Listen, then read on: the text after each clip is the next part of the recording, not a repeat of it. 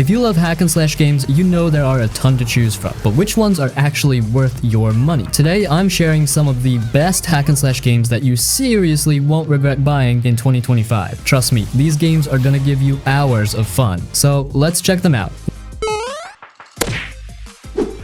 Lollipop Chainsaw. And this one's just straight up wild. Like, you can't even explain this game without sounding like you made it up. You're a cheerleader with a chainsaw, fighting zombies while your decapitated boyfriend's head hangs off your hip and talks trash the whole time. And somehow, it works. It just works. This is one of those hack and slash games that doesn't care about being serious. It leans fully into the chaos, the humor, the weirdness, but underneath all that goofy surface stuff is a solid fun combat system. You've got pom-pom light attacks, chainsaw heavy hits, combos that juggle enemies, dodge moves. It's all fast, tight, and satisfying. Once you start chaining attacks and blasting through a whole group of zombies while fireworks and rainbows explode, it's pure madness. Now the boss fights here are total highlights. Each one is themed around a different music genre. You've got a punk rocker, a dubstep demon, a twisted hippie, all super creative, loud, and totally unhinged. They mix up the gameplay and really show off the game's style. Yeah, it's not the deepest or longest game. You're here for the vibes, the action, and the absurdity, and honestly, it's a blast. One of those games that knows exactly what it is and doesn't try to be anything else.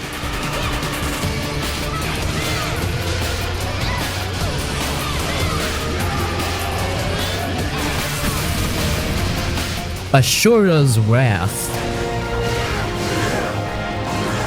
It's not even just a hack and slash, it's like an anime boss fight simulator cranked to 11. This game doesn't care about being normal, it's here to scream in your face, punch gods into the moon, and ask you to mash buttons during the most ridiculous cutscenes you've ever seen. You play as Asura, this rage-filled demigod who's been betrayed by his fellow god buddies. They frame him, steal his daughter, leave him for dead, and from that moment on, it's just pure, unfiltered revenge mode. He's not here to talk, he's here to break stuff, and I mean really break stuff. Planets, giant statues, divine beings the size of countries, no one's safe. Combat is fast and clean, it's got that hack and slash core, light and heavy attacks, dodging, launching enemies into the air, but it's not trying to be super deep or technical. Instead, it mixes that action with tons of QTEs, quick time events during cutscenes. Normally that might sound annoying, but here it works because the cutscenes are where most of the insane action happens. You're literally punching a dude so hard, his finger cracks the planet, and you're in control during those moments. It makes you feel the rage. What really sells it is the presentation. The whole thing is laid out like an anime series. There are intros, cliffhangers, credits between episodes. It's got this whole dramatic, over-the-top vibe that's totally unique. The music is huge and epic, the voice acting is intense, and visually it still holds up. The art style is bold and full of energy. Now, yeah, it's more of a cinematic experience than a pure gameplay-heavy game. You're here for the ride. It's not about grinding or customizing loadouts. It's about watching Asura get angrier and angrier until he's fighting 6-armed space gods while screaming his lungs out.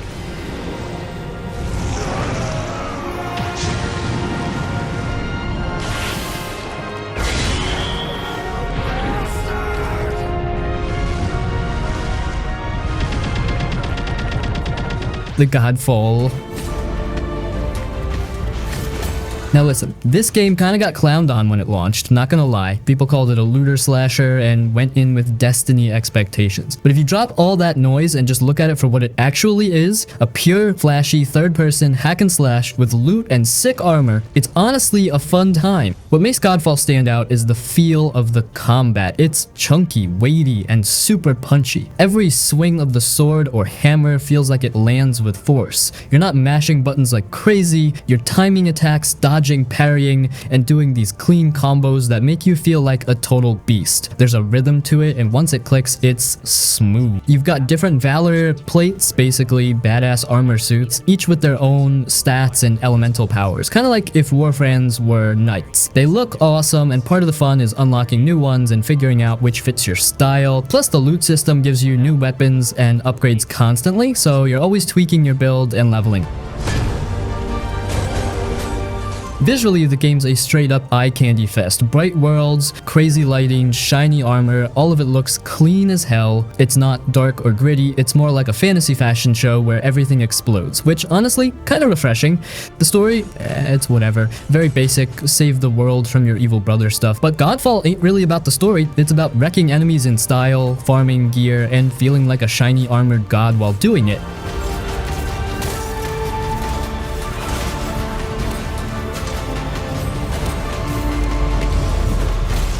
No More Heroes.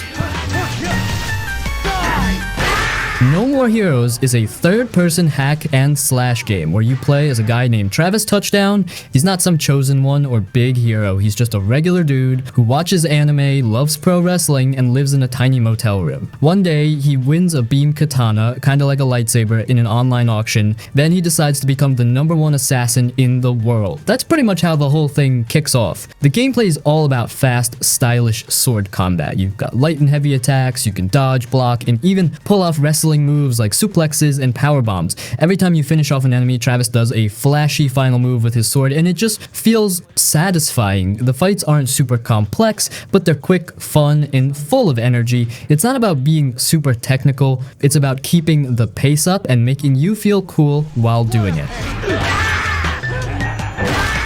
What really makes the game fun is the boss fights. To move up the assassin rankings, you have to fight a new boss each time, and every one of them is weird in their own way. One uses a giant baseball bat, another's a ninja, another is a school teacher with a katana. Each fight feels different, and every boss has their own story and crazy design. It's the kind of stuff that keeps you curious about what's next. Nothing's more gratifying. You will pay with your life! Sonic Sword! Don't die on me too quickly. I want to gorge myself. Bayonetta 3. This one's loud, fast, flashy as hell, and just pure chaos. If you've played the earlier games, you already know the deal, but if not, don't worry. This is one of those hack and slash games where you can just jump in, start pressing buttons, and you'll be doing wild combos and dodging like a pro in no time. What's cool about this one is the new stuff they threw in. You can now summon these massive demons mid-fight and control them directly. So you're not just fighting alone anymore, you're bringing in huge creatures to help tear things up. It changes the flow in a good way. You're flipping between regular combat, summoning giant kaiju style monsters, and switching characters mid-mission. It's a lot, but it never feels confusing. There's also a new character named Viola, and she plays differently from Bayonetta. She's more aggressive, a little less smooth, but fun in her own way. The game kind of bounces between both of them, giving you variety without slowing things down.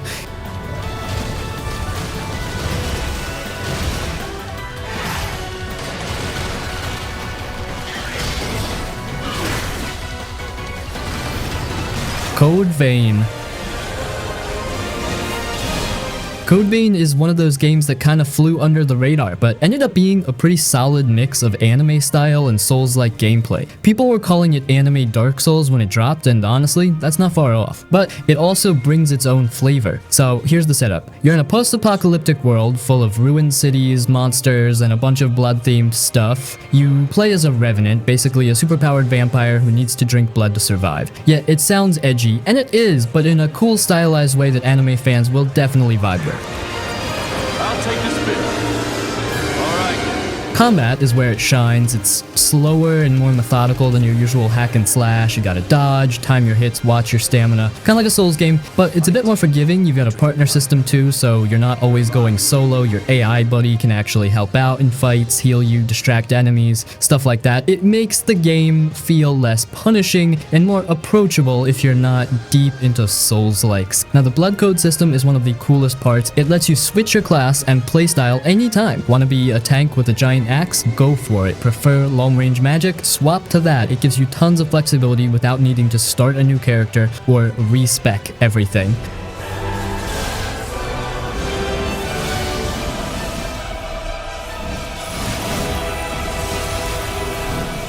Devil May Cry 5.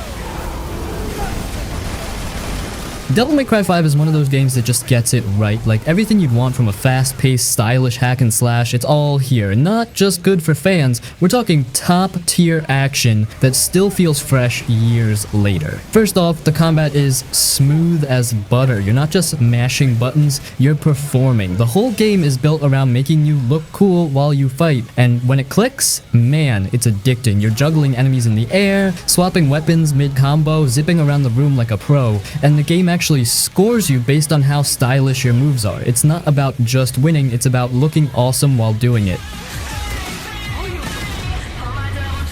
You've got 3 characters to switch between: Nero, V, and the OG himself, Dante. Each one plays completely different. Nero has this robotic arm thing that can shoot rockets and grab enemies, V summons shadow creatures to fight for him, and Dante, he's got like 20 weapons and styles you can swap on the fly. Each one is fun in its own way, and switching between them keeps the whole game feeling fresh. Visually, this thing still looks amazing. The RE engine makes everything super detailed, from the monsters to the slick leather jackets to the insane special effects, and the animations are clean as hell. You pull off a perfect combo and it just looks amazing.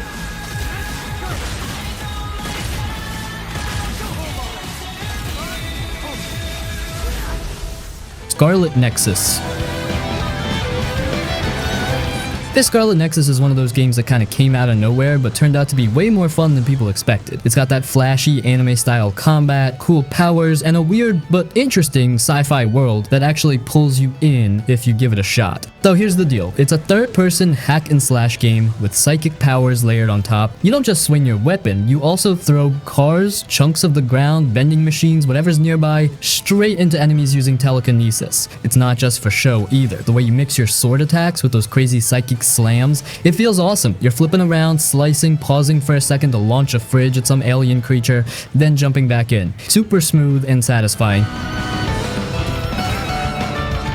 You get to pick between 2 characters, Yaito and Kasane. Each has their own story, combat style, and mission, so if you like the game, you can go through it twice and still see new stuff. Their stories connect, but they play differently. Yaito is more about close combat, while Kasane has faster, long-range slashes. And what makes the gameplay even better is the SAS system. It's basically like borrowing powers from your teammates. One buddy lets you use fire, another lets you slow down time, another lets you teleport, and you can stack these abilities together in the middle of a fight, so 1 second you're invisible, the next you're setting enemies on fire while teleporting behind them. It's wild, and it gives you tons of freedom in how you fight.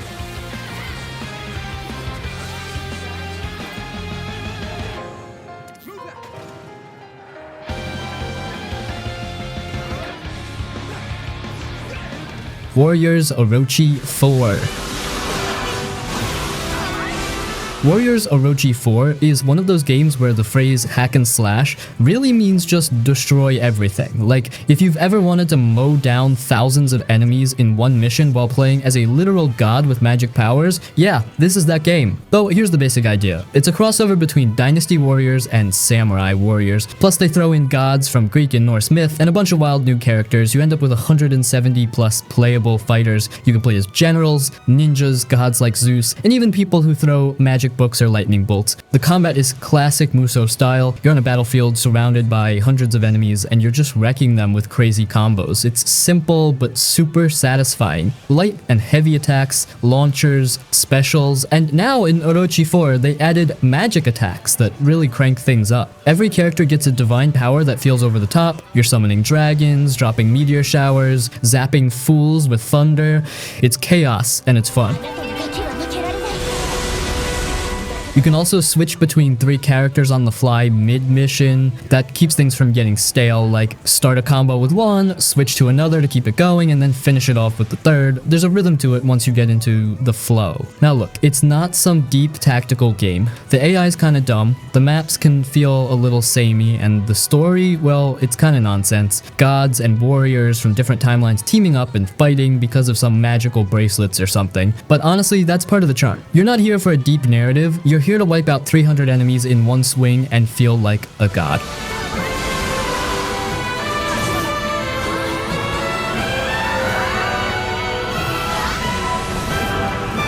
Diablo 3. Diablo 3 might be labeled as an action RPG, but deep down, this thing is pure hack and slash heaven. It's not about puzzles, not about slow thinking, it's about jumping into the chaos, swinging your weapon, and turning hordes of demons into dust non-stop. This game doesn't slow down, it doesn't hold your hand, it just says, yo, here's a big ass sword, now go wreck stuff. From the moment you step into that first ruined town or cursed crypt, the feel of the combat takes over. Every class, barbarian, monk, demon hunter, wizard, you name it, has that tight responsive feel where every attack just lands hard. You're dodging, slashing, spinning, smashing the ground, firing off spells, all while surrounded by like 40 monsters. It's that arcade style hack and slash energy but with modern polish. You're not sneaking around or waiting for cooldowns like in some slow games. Nah, you're wiping out entire rooms in seconds. And the game wants you to go big. Every skill upgrade makes your moves louder, flashier, and deadlier. You dash into a fight, pop a few skills, and boom! The screen's filled with fire, ice, lightning, exploding corpses. Whatever you built your class around, it's mayhem, and it feels damn good. One of the best parts is how smooth everything flows. You can mix and match abilities whenever you want, so your playstyle never gets stale. You feel like you're building your own hack and slash machine, constantly tweaking it to hit harder, move faster, or just look cooler doing it.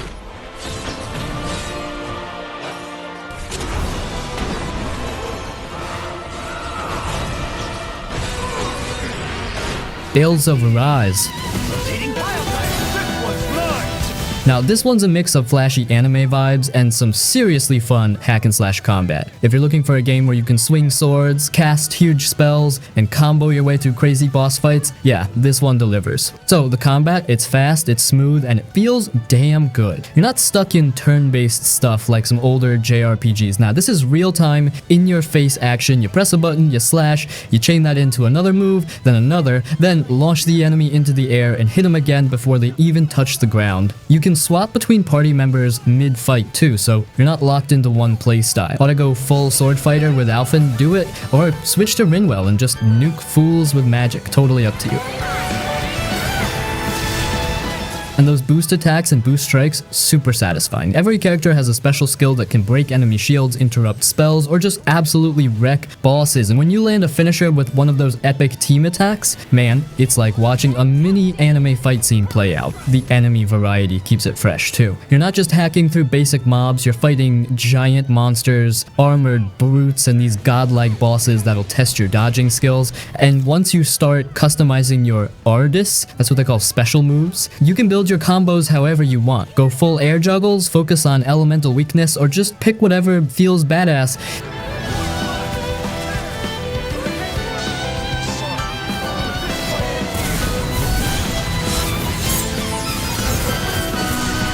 Metal Hellsinger.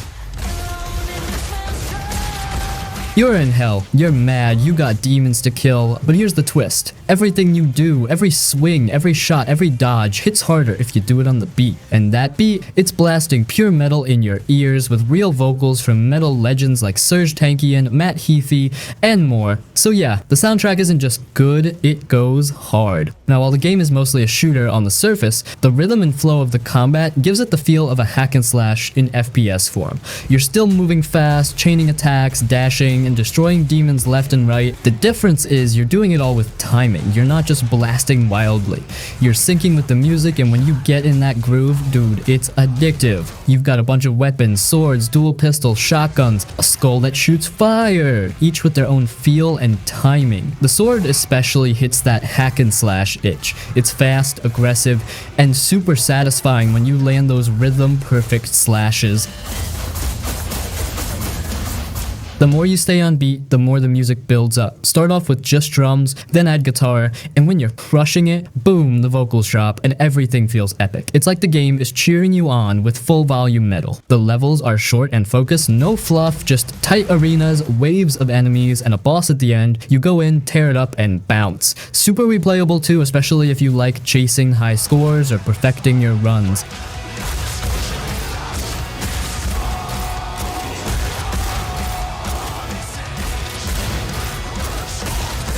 Dante's Inferno.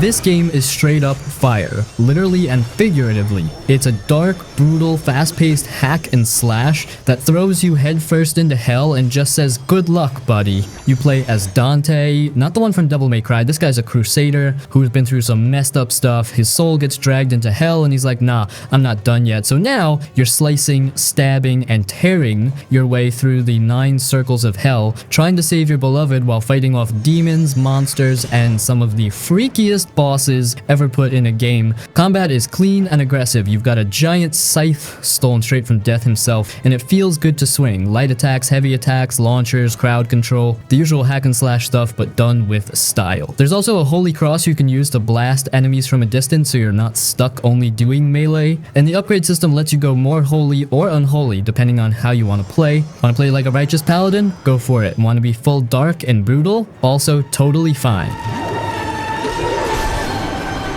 The real star here though, the world design. Every level is a twisted version of some sin, lust, gluttony, greed, and they each have their own crazy vibe and enemies. One minute you're fighting giant gluttonous beasts, the next you're climbing a tower made of the damned. It's disturbing, over the top, and honestly still impressive even today. Some folks called it a God of War clone back then, and sure, the inspiration is clear, but Dante's Inferno brings its own edge. It's darker, more twisted, and way more brutal. It goes places most games wouldn't even touch.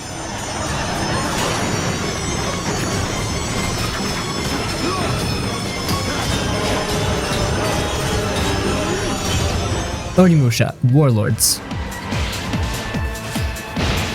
Man, Onimusha Warlords is one of those games that just hits different. It's from that early PS2 era where games were simple, focused, and honestly still fun as hell today. You play as this samurai dude named Samanosuke, and right from the jump you're thrown into this spooky, demon-filled castle trying to save a kidnapped princess. That's the setup. It ain't trying to be deep or complicated, it just wants you to dive in and start slicing up monsters. The combat is real solid. It's not super fast like newer games, but it feels tight and clean. You've got your sword and you time your strikes, block when you need to, and if you hit enemies at the perfect moment, you can do this instant kill move. Super satisfying. It's not about mashing buttons, it's more about timing and being sharp, and the more you play, the better it feels. As you go, you unlock special weapons that are tied to elements like lightning, fire, and wind. Each one has its own moves and looks cool when you land a full combo. The fire sword, for example, hits hard and has a little extra flair with each swing. It makes combat feel fresh, even though you're mostly fighting small groups or one-on-one. And yeah, the game's not super long, but it keeps the action moving, no filler, no bloat. One thing that makes this game stand out is the soul system. After you kill an enemy, their soul floats up and you hold a button to absorb it. That's how you power up your weapons, magic, and health, but you gotta be smart about it. If you're sucking up souls during a fight, you can't move, so you might get smacked if you're not paying attention. It adds a little bit of tension and it keeps you on your toes.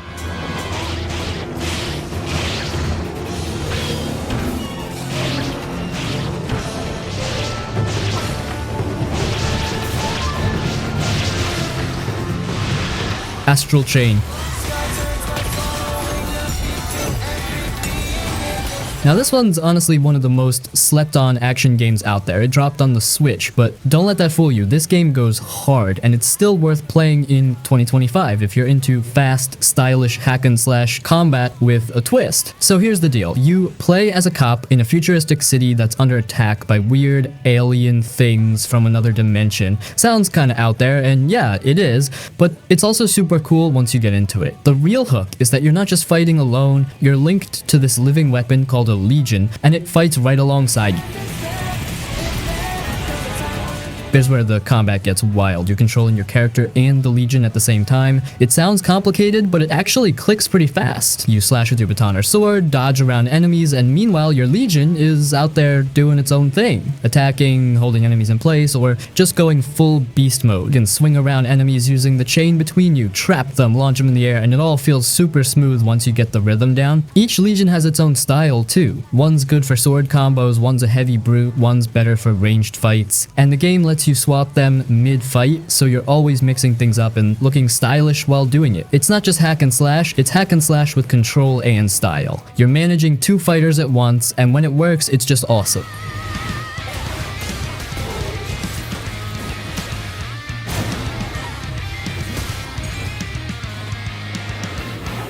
Darksiders II.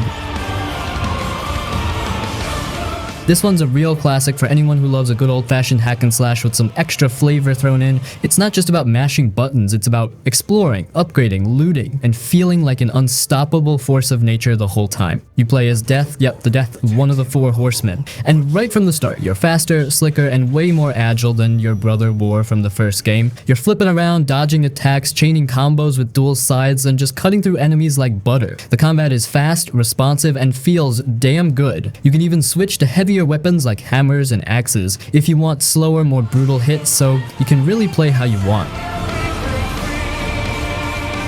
But what makes Darksiders II stand out is how much variety it packs in. You've got that clean hack and slash core, but there's also some solid RPG stuff here. Loot drops with different stats, skill trees, gear upgrades, and a bit of stat management. You're not stuck with the same moves or weapons the whole game, you're constantly finding new armor, trying out new builds, and customizing Death to fit your style. You want to focus on quick hits and dodging? You can. Prefer to go tanky and hit like a truck? Totally doable.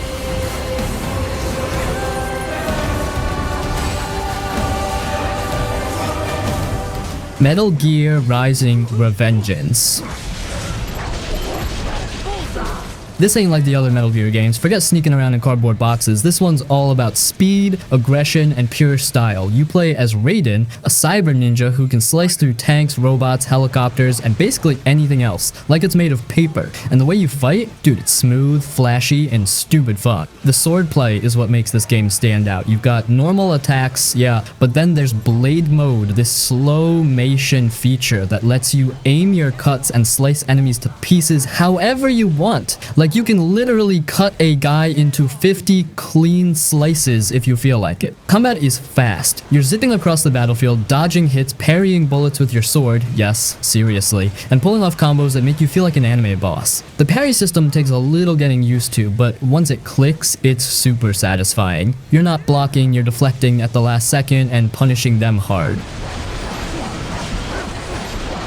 Every fight feels like a big moment. Even regular enemies come at you with style. And the bosses? They're absolutely nuts. Each one has insane design, ridiculous voice lines, and music that just hits when the fight ramps up. Speaking of music, this game has one of the best action game soundtracks ever. The songs build up with the fight and go full vocal when things get crazy. It hypes you up, and the way it's timed with gameplay is just perfection. It's also not a super long game, maybe 6 to 8 hours, but that's what makes it replayable. You can go back, try harder difficulties, master the combos, or just re-experience the boss fights because they're that good.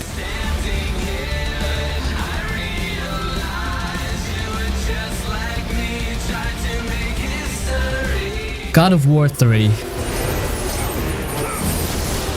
You're Kratos, angry, brutal, and not here to talk things out. From the opening scene, you're literally climbing Mount Olympus on the back of a giant titan while fighting gods. No slow intro, no warm-up. The game just throws you into the chaos and never really stops. It's loud, violent, and epic all the way. The combat is straight up tight, hack and slash action. You've got your Blades of Exile, and they feel amazing to use. Long-range, fast swings that keep you moving from enemy to enemy with no downtime. And as you go, you unlock more weapons and magic powers. Each one has its own style, and it never gets boring. The game constantly throws new stuff at you, giant bosses, crazy arenas, enemy waves, and it's all fast, fluid, and smooth. And dude, the finishers in this game are brutal. You're ripping off heads, tearing out guts, smashing faces into the floor. It's not just violent for shock, it's part of the whole vibe. You're a one-man army taking down literal gods, and the game makes sure you feel the weight and rage behind every hit. The boss fights are some of the best in any action game. You're going toe-to-toe with Zeus, Poseidon, Hades, all of them. And they're huge, cinematic fights with wild camera angles and intense moments. You're not just slashing at legs, you're jumping on their backs, dodging giant fists, stabbing glowing weak spots. The scale is insane, but it never feels like the game loses control. It's all tight and focused.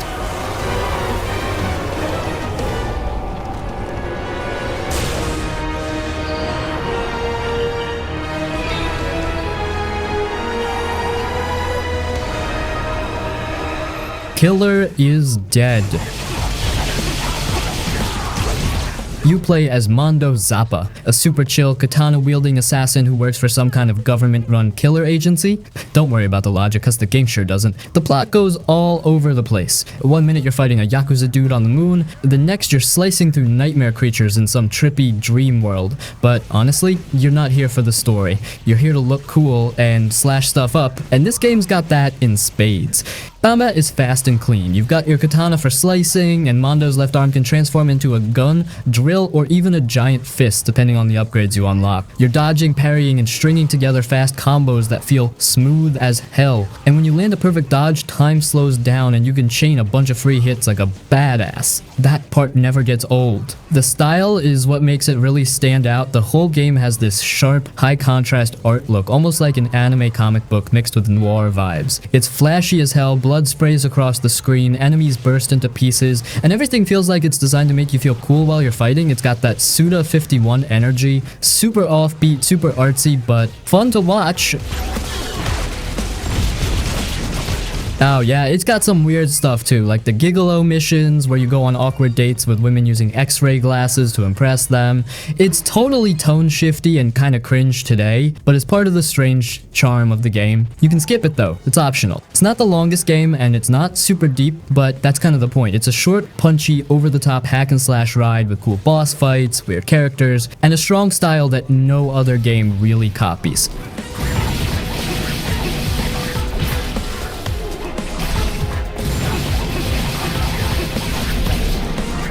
Let it die.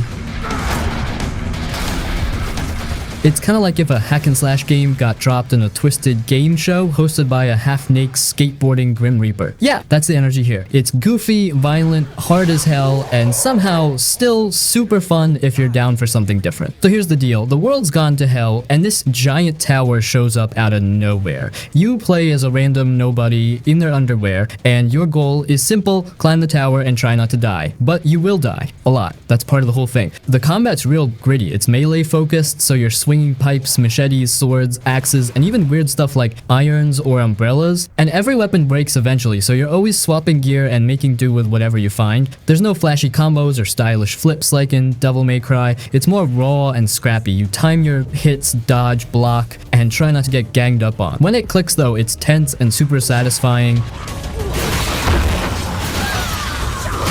What makes it cool is that every death matters. If you die, your character turns into an enemy that lives in the tower, and you gotta go back with a new fighter to take them out and get your stuff back. It's got that roguelike flavor where you slowly get better, learn enemy patterns, and make smarter choices. The game really rewards patience and skill, and yeah, the whole vibe is just bonkers. You've got this Grim Reaper dude named Uncle Death who rides a skateboard and gives you tips in between fights. The menus look like something out of a punk zine. The enemies are weird mutants and masked freaks. The tower gets darker and more disturbing the higher you go. It's got that gross, edgy charm that feels like a mix of grindhouse movie and arcade madness.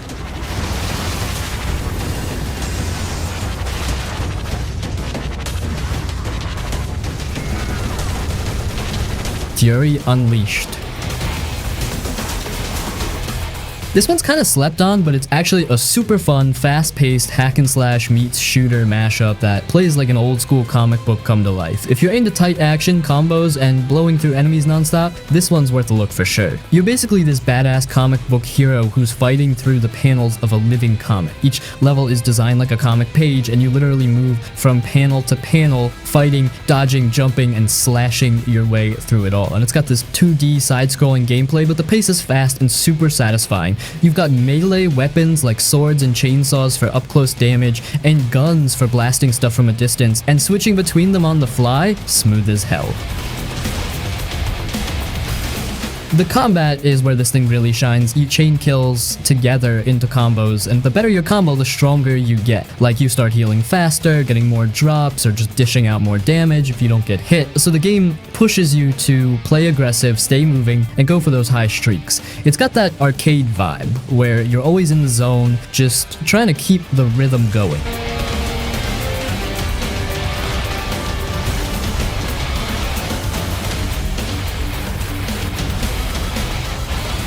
Ultra Age.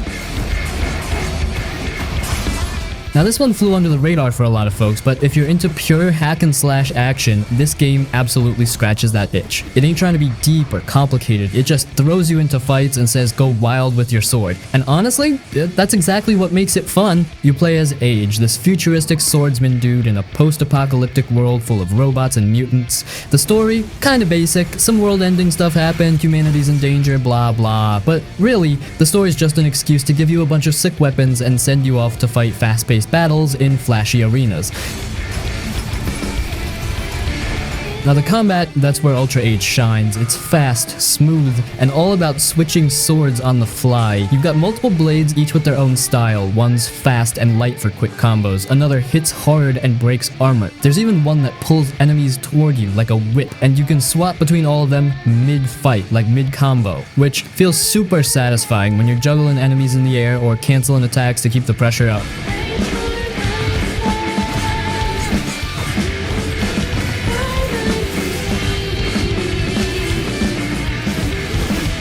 Furi. If you're into boss fights, tight controls, and that mix of hack and slash plus bullet hell madness, it's not your usual slash through 100 grunts kind of game. Furi is all about one thing, one-on-one battles that feel like a duel every single time. You play as this silent warrior dude, all you know is you are locked up in some sci-fi prison and now you're busting out. But to escape, you gotta take down a lineup of bosses, each one guarding a different level of the prison. And these bosses, they don't mess around. Every fight is like its own little game with unique mechanics, attack patterns, and rhythm. One's a sniper, another's a blade master, one even messes with your mind. No two are the same. Combat in Furi is fast and sharp. You've got a sword for close range slicing, a gun for long distance shooting, and a super slick dash for dodging. You can parry attacks, reflect projectiles, and counter right after to land a heavy hit. The controls are super responsive, like you press a button and it happens instantly. There's no delay, no fluff, just clean combat where skill actually matters.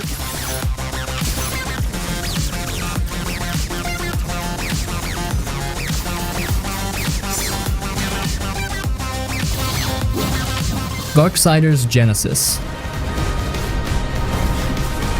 This one's a little different from the main Darksiders games, but honestly, it's still super fun, especially if you're into hack and slash with co-op vibes and that top-down action-packed style. So in this one, you're not playing as War or Death like before. Well, actually, you are playing as War, but also Strife, who's the new horseman in the crew. And the coolest part, you can switch between them at any time if you're playing solo, or you can play co-op and each take a character. War is the heavy hitter with that classic big sword and brute force playstyle. Strife, on the other hand, is all about dual pistols, faster movement, and slick combos. Total opposites, but it works.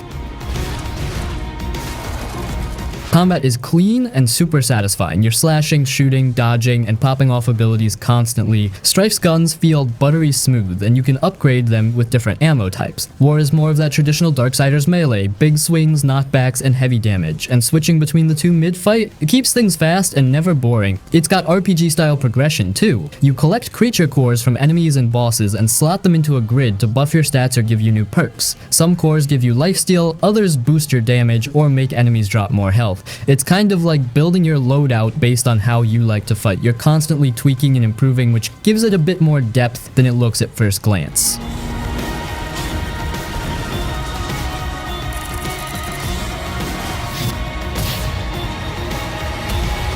Mitsurugi, Kamui, Hikae. Now this one's pretty simple and low budget, but if you're in the mood for pure arcade style hack and slash action, it actually gets the job done better than you'd expect. You play as a sword wielding schoolgirl named Misa, who's basically trying to stop her best friend from going full demon mode. That's about it for story, no long cutscenes or big lore dumps. The game just throws you into battle and lets the combat do the talking. Combat is once again where the game shines like all others. It's fast, smooth, and really clean for a budget title. You've got your basic slashes, combos, launches, and a cool counter system. There's also this energy wave move you can charge up, which adds some nice variety. The game keeps it focused. No fluff, no wasted time. It's just you versus waves of enemies in tight arenas. There's also a skill system, so between fights, you're spending points to unlock new combos and buffs. You start simple, but by the end, you're pulling off flashy sword moves, dashing around, parrying hits, and juggling enemies like a boss. If you've played stuff like Devil May Cry or Bayonetta, you'll feel right at home. It's got that same flow, just on a smaller scale.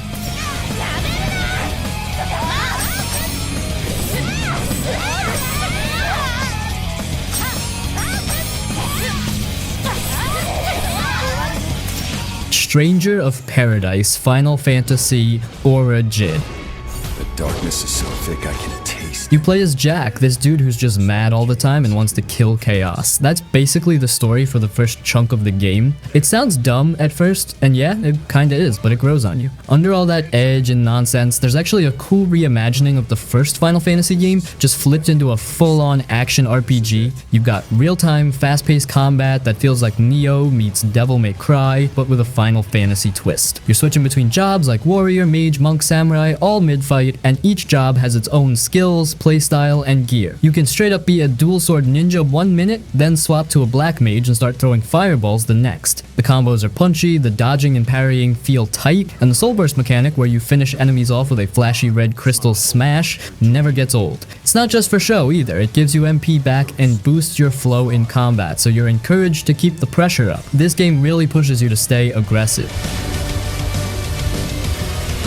There's also a lot of depth with builds and gear. You're constantly collecting new weapons and armor, and each one affects your stats, resistances, and passive bonuses. It's loot heavy like a dungeon crawler, but it's easy to manage and doesn't get too annoying. The level design isn't super open, but each area is themed around older Final Fantasy games, like you'll notice familiar music tracks or enemy designs if you're a longtime fan. It's kinda cool seeing these old school FF nods remixed into wild action zones. Plus the bosses can be real tough. They don't hold back, and if you're not paying attention, they'll wipe you out fast.